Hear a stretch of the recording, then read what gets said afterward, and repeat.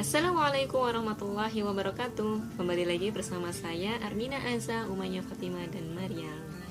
Lanjut lagi dengan segmen ngobrolin buku, yaitu saya masih melanjutkan pembahasan yang kemarin, yaitu ngobrolin buku mengenai menjadi ibu tangguh.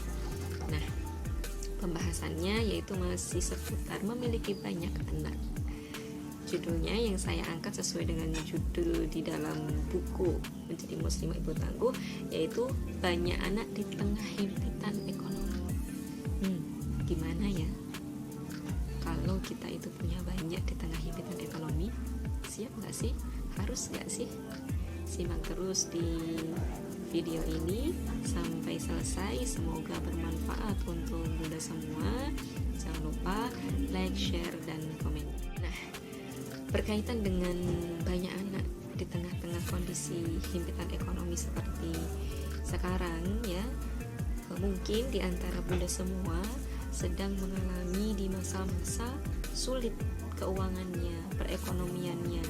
Gaji suami aja nggak nentu misalnya, saya aja nggak kerja misalnya, atau bahkan mereka yang baru nikah ya, kebanyakan mereka masih harus ngekos gitu ya, beli lauk beras aja masih susah, uang itu harus difikirkan benar-benar, diputar dengan benar gitu ya, supaya tidak defisit ya, tidak kurang ya, tidak besar pengeluarannya, besar pasak daripada tiang gitu ya, jangan sampai kemudian pengeluarannya lebih besar daripada pendapatan gitu. Nah, ini kemudian kalau kita bahas kemarin tentang pengen menjadi kebanggaannya Rasulullah, yaitu memiliki banyak anak, gimana nih? Kayaknya galau gitu ya kalau misalnya ekonominya pas-pasan tapi di satu sisi harus punya banyak anak. Teman-teman, nah para bunda, memang tidak dipungkiri kita itu sedang hidup di sistem kapitalisme. Ya, sistem kapitalisme itu tidak ramah untuk ibu-ibu, tidak ramah untuk keluarga, apalagi yang bervisi memiliki banyak anak. Kenapa? Karena di sistem kapitalisme itu semuanya serba bayar, ya. Beda dengan sistem Islam. Sistem Islam itu kebutuhan dasarnya dijamin, dipenuhi, bahkan berusaha gratis, misalnya kayak kesehatan, kemudian sekolah. Kalau sekarang kan kesehatan, sekolah harus bayar gitu ya. Jadi wajar kalau misalnya ada sedikit rasa khawatir ya, tidak mampu memenuhi kebutuhan anak-anak kalau misalnya punya banyak anak. Tapi bunda, kita itu punya iman, kita punya keyakinan, kita punya Allah. Kita harus yakin, jangan sampai kita itu nggak yakin bahwa rizki itu dijamin oleh Allah. Rizki itu dari Allah. Bisa jadi nih ya, ternyata yang wasilah ya mendatangkan banyak rezeki ternyata anak kedua, ketiga, keempat, kelima misalnya.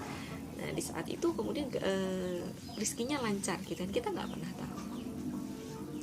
Nah misalnya kalau bunda semua ya kondisinya masih kurang memungkinkan, semoga tidak meluluhkan cita-citanya ingin memiliki banyak anak. Sebab apa? Rezeki itu datangnya dari Allah. Nah, kalau Yanti Tanjung ini menceritakan gitu kan ya, mungkin dari para bunda itu ya pernah ya waktu hamil pernah merasakan yang namanya makan nasi dengan garam doang. Pokoknya kehidupannya pas-pasan gitu ya, beli beras harus nunggu ya, pembayaran dari jahitan misalnya.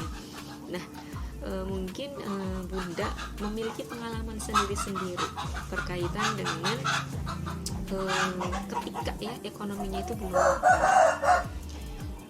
Nah, sehingga justru di sini harus kita ambil hikmahnya, yaitu apa? Kita bisa mendidik anak-anak itu untuk berjuang. Ya, berjuang, kemudian kita kalau flashback kehidupannya Rasul gitu ya, Rasul aja sampai 3 kali terbit bulan Sabit itu dapurnya nggak pernah menyala. Kita pernah nggak sih selama itu gitu kan, atau dalam sehari, 2 hari, 3 hari pasti kan ada masaknya gitu ya.